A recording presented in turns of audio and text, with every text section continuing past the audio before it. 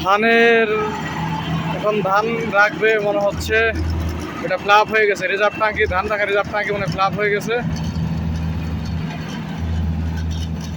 এখন আনলোড করবে ধান। দেখতে থাকুন আপনারা সবাই কীভাবে মেশিন দিয়ে ধান আনলোড করে।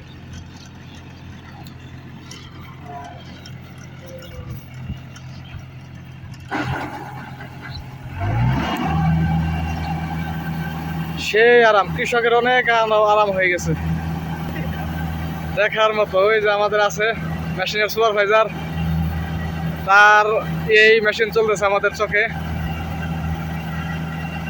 সে তাকে অনেক ধন্যবাদ জানাই কৃষকদের এমন হাসিব করে দেওয়ার জন্য, আরাম খুঁজে দেওয়ার জন্য। তা না হলে সারাদিন কষ্ট করতে হতো রোদে পুরে।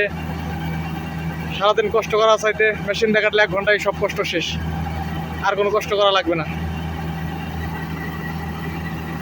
শুধু ধানগুলো শুকিয়ে পেরে রাখবে। অনেক ধান রাখা যায়, অনেক ধান রাখা যায়।